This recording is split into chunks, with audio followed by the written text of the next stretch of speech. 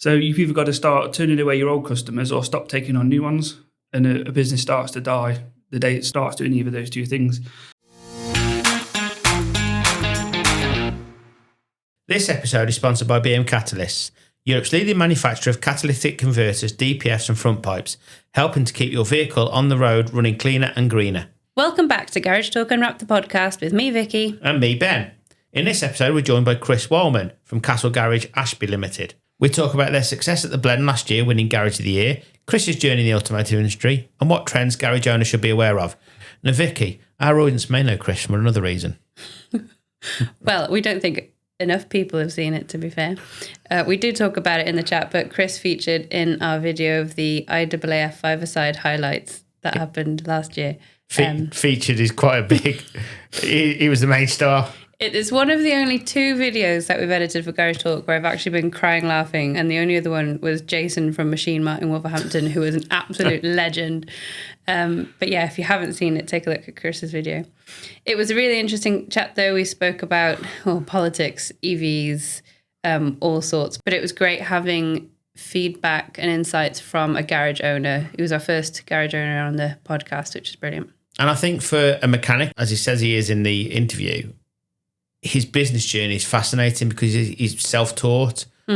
He's listened, he's learned. He's took everything he's been told on board and kept the stuff that he thinks will take the business forward, and it's succeeded and he's continued to grow. Good luck to the man. So let's get on with it. Here's Chris. Thank you so much for joining us today. Welcome to Garage Talk Unwrapped, the podcast. Thank you very much. Glad to be here. We're excited to chat with you about your recent successes and also what challenges you're tackling as a garage owner right now. We're going to dive straight in. So Chris, for those who don't know you, tell us a little bit about you and Castle Garage and how you got started in the automotive world. Okay, so my name's Chris Wileman. I'm owner and managing director of Castle Garage in Ashby. Started the trade back in 2007. Apprentice, straight out of school, work experience. Worked our way through college, became workshop manager, business manager, and then ultimately owner. And then last year expanded into our second site as well. So over the past 15, 16 years, it's been quite a railroad of everything. Learning how to fix cars, adapting to how quickly cars are changing, training other staff, and then trying to learn how to run a business and how quickly all that changes as well. So yeah, it's been quite... there's no camera here today, but the bowl patch on top of my head explains many reasons. It's fair to say, Chris, when you started this year, you had no business knowledge. None. Or car knowledge. Okay, all car knowledge. How have you adapted to that? How have you grown through them two processes? A lot of it was the guy that used to own Castle Garage. He moulded me how he wanted to run the business because I was his retirement plan. And I know a lot of garage owners are in a situation where they want an exit plan and they just don't have one. But there's also a lot of people that say that and don't mean it, isn't there? I think there is. There's a lot of garage owners still working in their 80s and like, I need an exit plan, but they don't really want to stop. I'm not planning on being in that category, so I need to start thinking about my exit plan.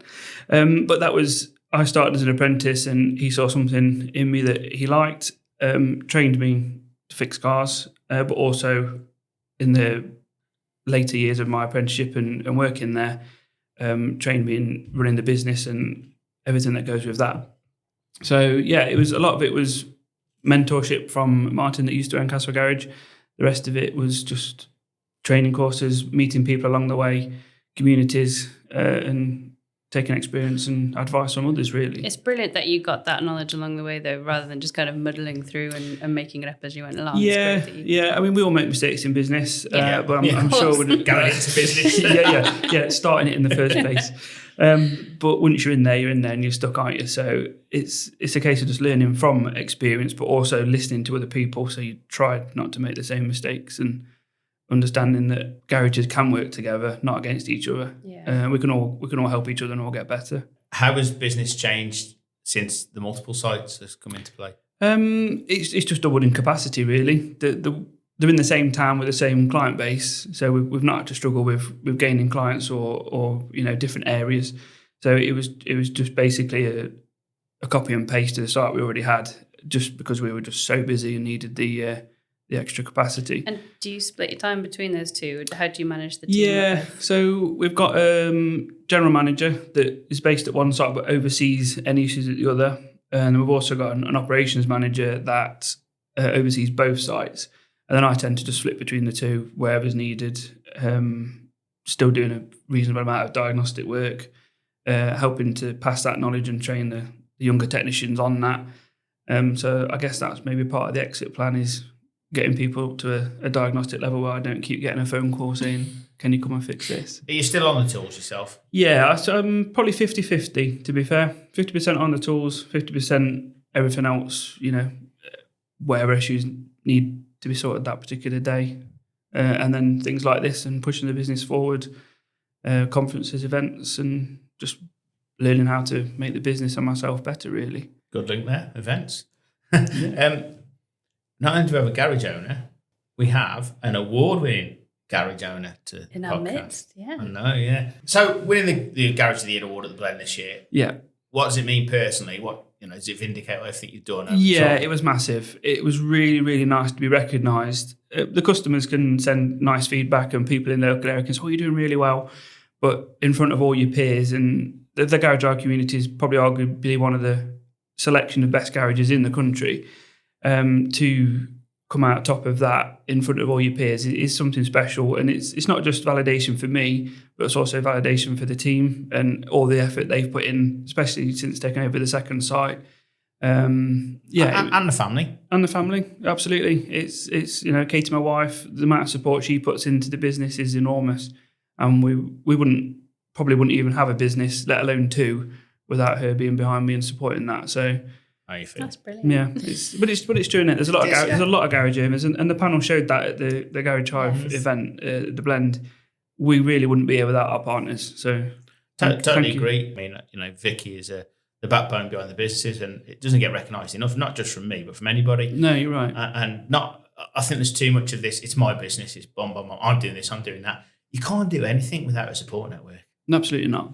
No. I mean, obviously, massive congratulations on winning that award, and it's a huge thing for you guys, I bet. But let's dig into it a bit. What did it take? What does it mean to you? How does it feel to be recognised in the industry? It takes a lot, but not a lot of it from me. Most of it is the team in the workshop. It's the front of house staff that are serving the customers. It's the technicians in the workshop. The back office staff, management that are working hard every day to make sure the business is doing what it should be doing. So, although ultimate responsibility is with me to oversee that, day to day, this award is for them, really, because they're the guys that I trust to do it, and they've done it. So yeah, really, it's for everybody that works there, not for me, even though it's in my office on my shelf. But realistically, it's the guys in both branches that deserved it. And what did you think made Castle Garage stand out from the other entries? Chris's application. I again oversaw the application, but there's a lot of input from my wife Katie and the operations manager Carol. Going back to the academic conversation we had earlier, if I'd have written it, they'd have gone, which 6-year-old child sent this and put it in the bin. So I had two people that have got some intelligence to do it. But no, it's just being truthful. We went through everything that the company does with the staff training, customer satisfaction, apprentices. We've got an apprentice in each branch, and then the community side of things as well. So we do a lot for the community, and the judges deemed that was good enough to win. What was the most proudest thing last year you did that you put in the application? The proudest thing we did last year? That's a good one. Probably taking over the second branch. That'd be our biggest one. That's a big achievement. A big achievement. It wasn't something we ever expected to achieve. And the business has just grown to an extent where we're literally bursting out the seams at our current site, which is relatively big. But yeah, we just turning customers away left, right, and centre. Good customers, and that's why you did the second branch, not because of your ego, not because of your. Well, okay. So there's three things. It was to service the customers and to offer the service that you pride yourself on. There's three things. My ego is number one. I'm glad you said it was nice to. It's always nice to say you've got two branches. So yeah, there's a little bit of ego in there. The two main things were we just couldn't service our customers as efficiently as we want.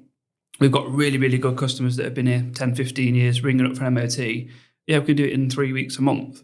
That's not a good enough answer. Or if their clutch went 2 weeks, not good enough. So you've either got to start turning away your old customers or stop taking on new ones.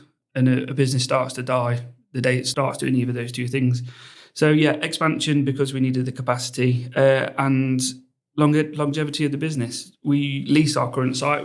There's a good lease in place, but we don't own it. So there's always that possibility that the landlord's going to have other plans and he wants to sell it and go live in Barbados. So we've acquired this new site, land and buildings. So if it ever happened that we were to lose the original site, we have got a business to continue in Ashby. So yeah, that they were the three things: ego, space, and future-proofing. That's not in that order. No, ego is bottom.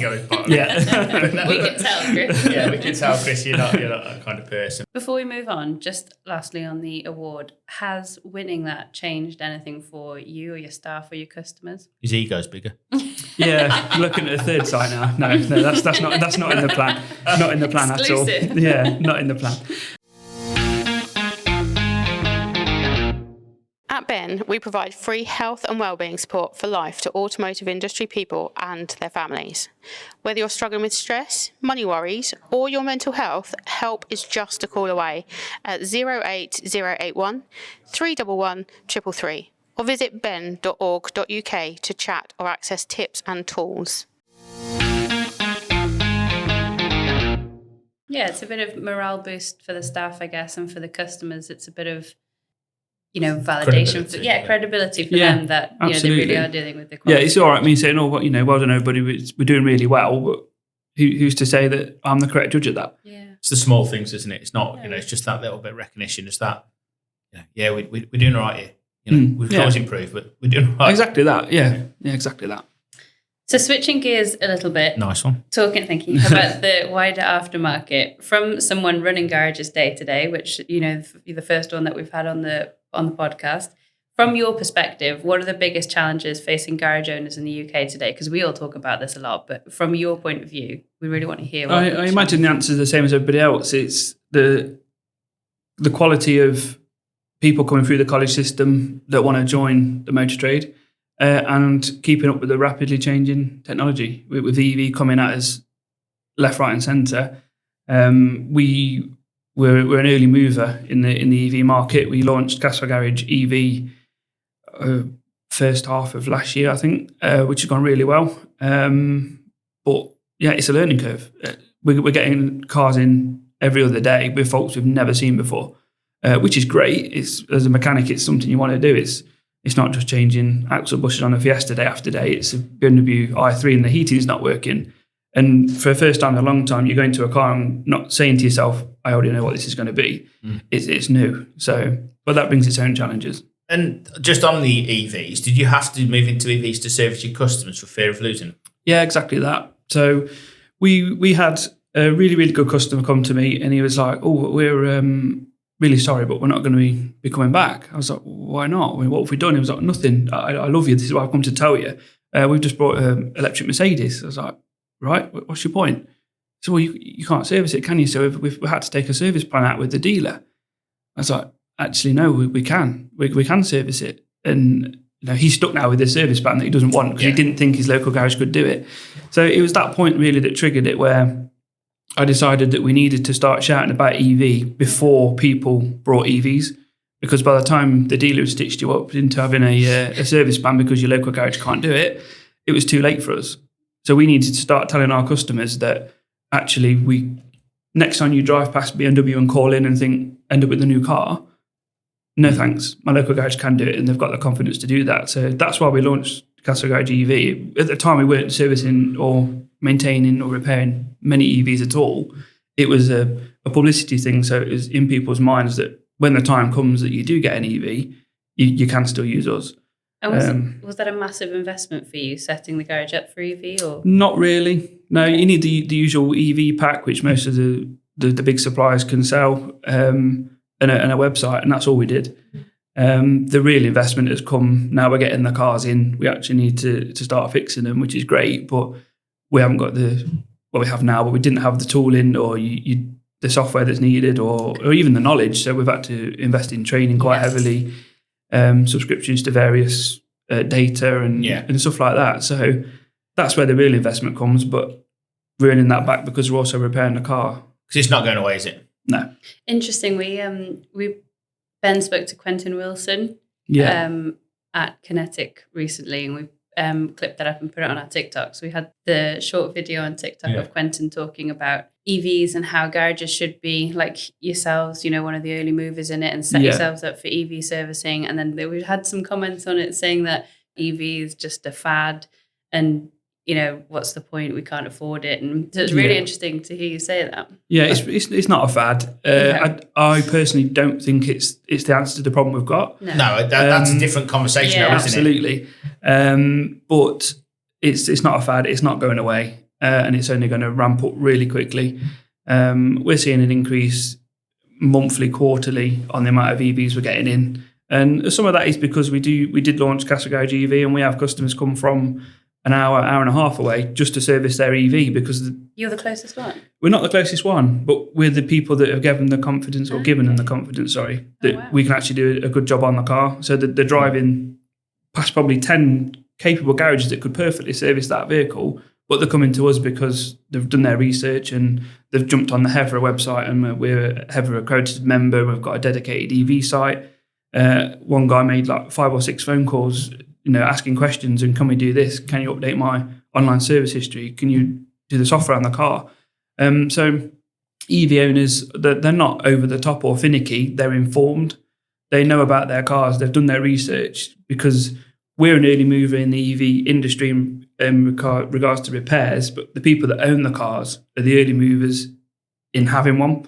So they know about their car, they've done their research, they know what they need, and they'll go out there and find it. And if there's a local garage you can't do that, they're going to find somewhere else. So I think the message to people that think you're deluded for moving into EVs is actually, they're just ignorant. They're just actually losing business, don't want to move. Yeah, burying their heads. Yeah, they're being lazy. Yeah. And they rather than drag themselves up and knock you down as an EV provider. Yeah, we're going to see a split in the next 5 or 10 years of the old boys and old girls that are running garages that just can't be bothered with EV. It's an investment. It's a lot of time and a lot of retraining. They don't want it. But that's fair enough if they're at the late stage of their career. I get that. Yeah. The thing that's really disappointing to me is that some of the new people that are coming through the industry aren't interested. Yeah. And that's a big really problem. Disappointing. That's going to be a massive problem because 2030 is not going to be too far away. It might change 2035. But it's coming. China's coming to the market. Yeah. At the end of the day, ICE vehicles won't manufacture. Whether we go through EVs to hydrogen pretty quickly or other technologies, we don't know. But ICEs aren't going to be manufactured. No, this is it. If we end up with hydrogen or whatever comes after EV, it's going to be along those lines. It's going to be electrified. We're certainly not going to go, actually, let's just start using diesel engines again. No. That is not going to happen. So EV might be a stepping stone to the next technology that we don't even know about yet. But it's certainly not going to go backwards. Over 1 million EVs, Vicky. That's a lot of trade to miss out on. Exactly. It is. And it's easy, clean work as well. Easy, clean work. I like that. That's easy with a pinch of salt. Yeah. Most of it's easy. It's not dirty, filthy, oily work. It's relatively clean. This is really interesting, though, because 2 things.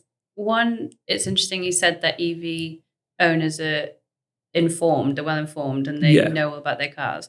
We were talking to Sophie Lydon, the tyre lady. Yeah. She said that EV drivers didn't know that they needed specific EV tyres on their cars sometimes. So I think interesting that maybe you've got all the informed EV customers. I think there are some who don't know. There are definitely some. Yeah. Yeah. And if you're going down to the local garage and wanting tyres, I would hasten to bet that the garage probably doesn't know you need EV specific tyres either. Yeah. So it's really up to us as an industry to inform the customer and learn along with them.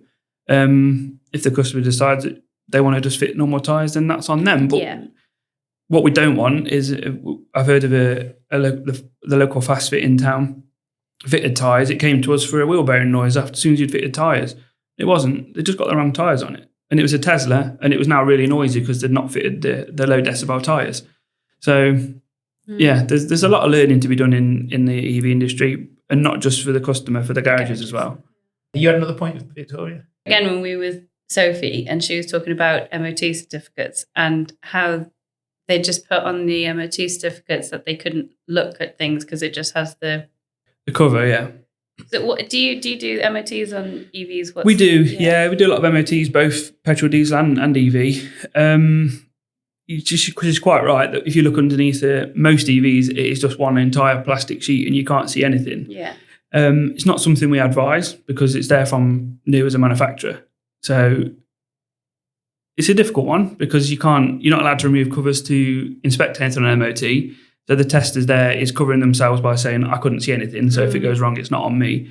If a car came in where a cover shouldn't be there, then I'd probably advise at that point to say, there shouldn't be a cover on that, what are they hiding? But I can't take it off to check. Yeah. But if it was there from the factory, it wouldn't be something that our testers would advise, no. I find it really weird that this car is road ready. You don't know what's in there. Yeah, most of the suspension's covered, all of the battery and all the cabling's covered. Quite rightly, 100%. Yeah, you don't want the battery exposed. But we serviced the Mercedes EQE this week. It was a 24 plate, and the guy drove all the way from Stourbridge to have it serviced with us. And you can't even open the bonnet on it. Wow. It's the bonnet catch is hidden. There's no need to be under there for the customer, or so Mercedes perceive. It's got a little hatch that you can fill the screen wash up. The rest of it, well, why do you need to open it? You're not an EV trained technician, so keep out. So you had to take an access panel off to get to the bonnet pull. Wow. So that's the manufacturers are certainly moving away from customers doing anything with the vehicle. How have you staffed the EV side of things? What, as in regard to training and so have you had to employ different people for that? We've not employed different people. We've got a training program through LKQ. And we're just working through getting everybody registered and sorted so they can work on EV. What's the most common issue that you're seeing that people are looking for you to resolve? Most common issue we've found so far, 2 issues would be them not charging. That's probably the number one issue. Besides service and MOT is to plug it in and then it doesn't do anything. We've had instances where a guy plugged his Golf E in and it blew the breaker in the house and the whole house went dark. So yeah, he assumed it was a problem with the house. So he went round to his neighbours and plugged it in on theirs and blew their house as well. It's in the whole the whole street's gone. So we had that phone call to say, can you fix this? And the answer is, I don't know. We've never seen one. So bring it down. We'll get involved with it. We'll have a look. Just on that, did you have a proper EV charger or was you charging through the house? This is a proper EV charger. Wow, okay. Yeah. Some people plug it in their house. Some people do a 3-pin. You'd expect it. It takes about 9 weeks for it to charge up overnight. But yeah, it's a proper EV charger, and I don't know why it didn't trip the charger and it tripped the house, so maybe that's a question for his charger manufacturer. But it was the onboard charger in the car had short-circuited. So. And did you sort that? Yeah, we sorted it. You're basically like electricians now as well, aren't you? Yeah, this is it. Yeah, I have this conversation with my mates in the pub because all my mates are in trades. You still have pubs around Ashby? We still have pubs. That you can drink in, not eat? Wow. Yeah. Not many, but there is. We have this conversation with the lads and they're all in trades and everybody says that their trade is the hardest, but I genuinely think being a mechanic is the hardest trade. Because not only are we engineers, nuts and bolts, we're expected to work on cooling systems and pipe work, so plumbers. Yeah. We're expected to work on air conditioning, so we're gas engineers. We're working on ADAS and radar, so we're radar engineers. Every trade that you could think of is inside a car, apart from perhaps carpentry. Unless you're working on old Morris miners and things. Back in the day, you could add that as well. But yeah, I don't think there's a trade out there that we don't have to cover in some capacity when fixing a car. And plumbing's plumbing. I'm not disputing what plumbers do. It's a difficult job. It's a difficult job. But it's one job. They're not changing the type of water. They're not changing the type of pipes that we're using under the floor. Whereas every time a new car comes out, we're expected to pick it up and go, actually, this has got a different charging system. Actually, this has now got regen braking. What's that? You've got to go and learn it. You don't turn up to work one day and it have all changed in any other trade apart from ours, I don't think. You mentioned staffing, Ben, on that, and we talked about it a bit off mic before we started about how that's a big challenge, getting the right people into the industry. And we talked about kind of encouraging kids to become mechanics and have an interest in that. What are you doing at the moment to target the right people to be either mechanics or technicians or whatever you call them in your garage? What are you doing at the moment? So we're quite lucky. We've got 2 apprentices, possibly a third, but we've took quite a long time to find them. So we tend to have people in for a week's trial to see if they're going to like it, because there's no point employing an apprentice and setting them up through college and the funding and all this, that and the other for them 2 days later to go, I don't like working with my hands, it's too cold, it's too difficult. Do you do this when you need them or just prior to you need them? There's a difference between wanting and needing them, isn't there? Yeah, in all fairness, it's probably been when we've needed them. So maybe that's somewhere we can improve on with finding people before we need them and get them in a position. I think everyone's the same, Chris. Yeah. It's cost, isn't it? It's cost. It is cost. And apprentices are the lifeblood of the industry, but people don't want to take them on because of the cost. And you think, it's only X amount of thousands per year to employ them. But it's not, because they're not productive. Everything has to be checked. It's a difficult one. But there's too many people sit there and say, there's not enough good mechanics in the trade. Have you got an apprentice? No, not doing that. You can't argue. You can't have that complaint if you're not prepared to help sort the problem. Yeah, I agree. But the abundance of people, wanting to come into the trade is slim. And out of those people, the people that can actually do the job or want to stick at it is even slimmer. If you don't invest the time and the money in them, they're only ever going to be the troublesome apprentice that can make a half decent cup of tea. You've got to chuck them in at the deep end, let them learn. And as soon as you've established that they've got what it's going to take, invest the time and the money. And then within a couple of years, you'd like to think you've got another good technician that's going to be loyal to you and stick around and you can start earning some of the time and investment back that you've put into them. So we've been talking about some challenges. Are there any other industry changes or trends you think other garage owners should be aware of at the moment? I think the only thing to be aware of at the minute is running costs. I think we've all noticed that this year. We had a management meeting at the start of this year, and I said this year is just going to be more difficult than last. And I don't really know why. I just had a feeling. The budget, the change in government, the cost of living crisis that everybody's going through. It has. The business is still doing well, but it's taking a lot more money to run the business than it was this time last year, and we've not changed anything. Yeah, it's difficult. It's a fine balance between running a successful garage and keeping costs relative to what the customer is expecting to pay. And that's where it's difficult, because there's always a man in a shed that can do it for 30 quid cheaper or a lot cheaper maybe. But that's dropping down because secure gateways are coming in. Manufacturers are removing where they're going to put bonnet releases and stuff. So an EV, you literally, the guy that does it in his shed is not even going to contemplate doing that. But I mean, as a business owner, you do feel forgotten about a lot of times. It's like everyone's going, we need to tax business people because they're on more money. But actually, the majority of people employing are the likes of us and you. Yeah.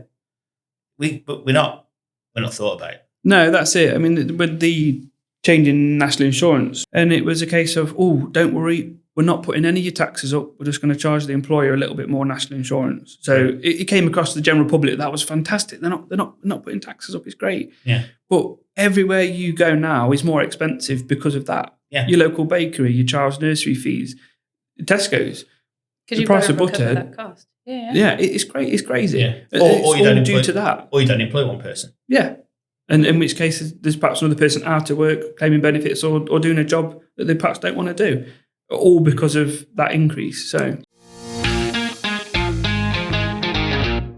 well, that brings me on to a very pertinent point at the moment: the MOT cost. Yeah. Over to you, Chris. Yeah, there's a little bit of traction now, isn't there, with that increasing. I actually wrote to IMP maybe late last year, and she did reply and send it to the House of Commons and said, you got a valid point. I understand what you're saying. And it was, again, it's not increased for, is it 15 years now? 15 years, Yeah, but everything else has. And we got a reply from the Transport Secretary, and it basically said, I understand what you're saying, but as long as people keep discounting it, we're probably not going to look at it. Which I kind of see the point a little bit. But I think a few more people have jumped on that bandwagon now. And that's not me suggesting that I started this bandwagon. No. I haven't. But yeah, there's a few people been involved with that now, and it seems that the government are going to look at it. My fear is that they will look at it to please the motor trade, but then say, actually, no, we're not, because 80% of garages are still offering it cheaper than the maximum fee. So as you know, they want to look good in the public's eye, not in our eye. So they're going to go out to the public and say, actually, we've looked at it, guys. We're going to keep it the same because we don't want your motoring costs increasing, but we are going to start taxing you on your EVs. That then comes down to the federations for me. The federations are two split. The IAAF, the IGA, etc. They've all got their own agendas. If they group together, and I know Markfield is very interested in this. Yeah. If they all group together and there'd be a far more powerful voice to government. The government have to sit and listen. Yeah. Because these are the people ahead of the aftermarket. Yeah. But of course, they'll, a lot of them want their own little piece of the pie, don't they? Yeah, this is it. It's really difficult. I don't understand why garages are discounting the MOT price. Race to the bottom. Race to the bottom. It's not a race we're in, and it's most of the garages that we interact with, they're full price, and quite honestly, that's not enough for the cost of an MOT. We recently had an MOT bay put into our second branch, and it was circa 30 grand. Got to recover that somehow, Chris. You've got to recover it, and at £54 an MOT minus the technician's wage and internet and insurance and everything else it takes to do an MOT, it takes years to get that back. Are you part of the photo trial as well? No. You've seen that. You heard about the photo trial. That's a good idea. Yeah. The people that kick off about issues like that are the garages that are doing something wrong. That's enough negativity, Chris. Okay. What are the emerging opportunities that you're excited about? Excited about, I'm going to say EV, not because I like EV. I drive a massive V8 petrol and I'll continue to do so as long as I can. But yeah, EV is the biggest opportunity we've got at the minute. We touched on it earlier, but if garages aren't getting involved, they're going to get left behind, and it's going to run away that quickly. They're going to struggle to catch up. Yeah. And that's going to be the biggest thing they need to keep up with. Having said that, if they don't, it just means more work for the garages that are moving forward. So, but it's the same. As we said earlier, it's the same 900 garages we see everywhere. Yeah. And yes, they're leaders, but we want them to lead somebody. Yes, we're all in a group leading ourselves, and nobody seems to be following.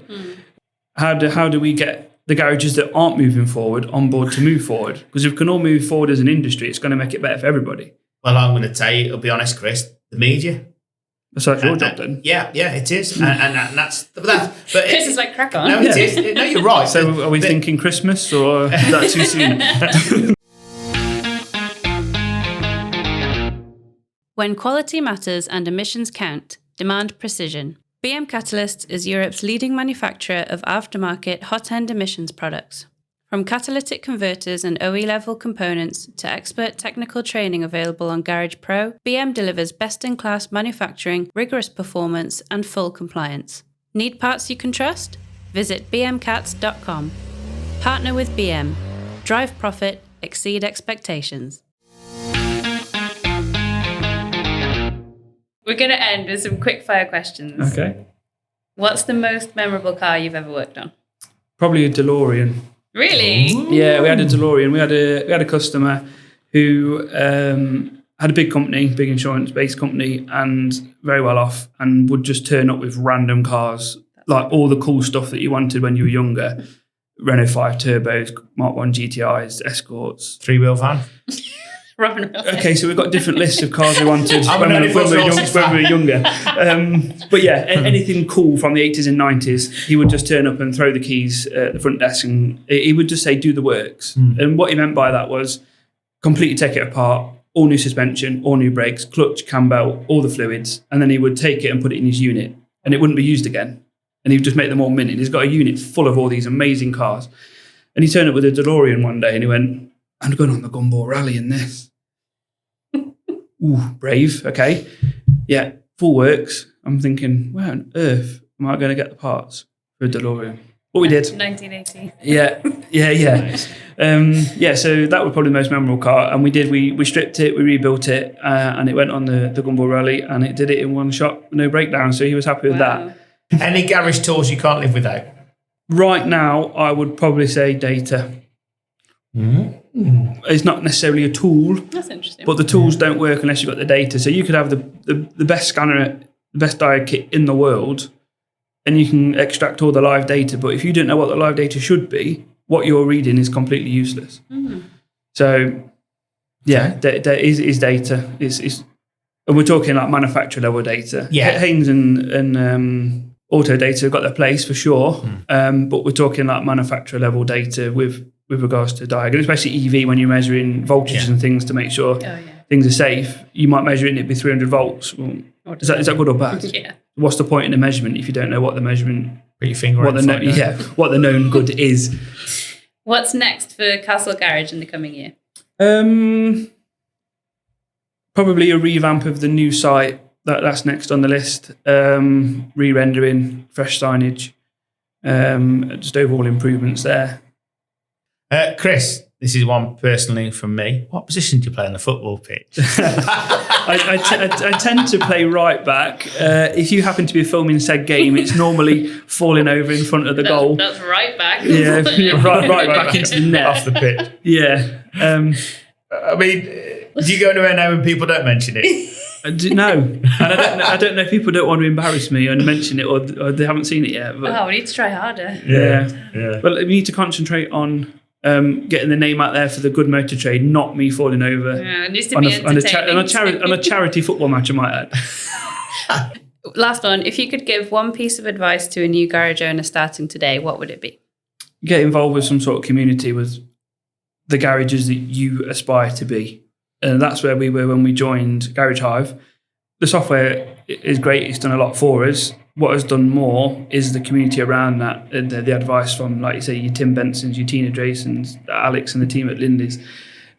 And it's free, but it's invaluable, the information you can get from people that have done what you want to do and taken advice from that. And that'd be number one piece of advice is definitely that. Join a community of garages that you're aiming to be and get all the information and knowledge you can from those people. And they're willing to give it. Yeah. The garages that are doing well and successful want other garages to be well and successful. Raise standards across the industry. Raise the standards, and the people that you want to be like most probably want you to join them. So just ask, and there's many, many people in this trade that want to help. Thanks so much for coming to see us, Chris. No, you're welcome. Thanks for having me. Absolutely brilliant. And congratulations on the award. Thank you. And the viral video. Yeah. And we look forward link in the comments. Well, there you go. We've got to put the link in the comments. But listen, we will come and see you soon. Yes, once you're ready do. for us. Pleasure. And we'll do a video on your premises and the way you're going. But absolutely amazing. Thanks, Chris. No problem. Thank you, guys. There we go. We're a very fascinating conversation that was with Chris. I think the one thing I'd like to pick up on, Vicky, is how affected garages are, and the automotive industry is one of the biggest in the UK, how affected we are by the politicians. And I don't think I understand that. Yeah, the budget was, we recorded this with Chris in October, so the budget hadn't happened yet. And obviously a lot more things came out of that, which are going to continue affecting businesses, including garage owners. So yeah, and a lot of these garages, Chris rightly says, he's a mechanic learning to do business. It's a big enough learning curve as it is, and to have politicians interfering the way they do, it makes it almost impossible. Yeah, you do need really, and Chris talked about kind of having support and advice from other garage owners who are willing and happy to help him. You do need that. You do need that support, that community behind you to try and figure out all of these changes and navigate through being a business owner. Shows the importance of events. You need to be at every event you can be, I think, because that's where you pick up this information. Yeah, where you meet people. And talking of events, of course, the biggest two are Auto Mechanical and UK Garage and Body Shop. So see you at the NEC. Yeah, and you mentioned it being the media's job to kind of bring other garages into the fold and not have the same 900 or whatever garages at every event. I think our job as media is to be at those events, to get our name out there, to get other people looking at our content, which is positive, which is trying to encourage people into the industry. So getting people to events is really important, but also social media. We do a lot on social media. We put a lot of reels on TikTok, and we do get some interesting comments on there sometimes, don't we? Yes, it's almost like a board, isn't it? What would you call it? A forum. Yeah. A lot of the times. And depending on what we posted if the subject is a bit and we've seen some really positive stories on there, some really positive comments, but we've also had negativity, and not just business wise but personal wise as well, and it's heartbreaking to see, really. And it is a lonely industry. You're a mechanic working on a car, quite often on your own.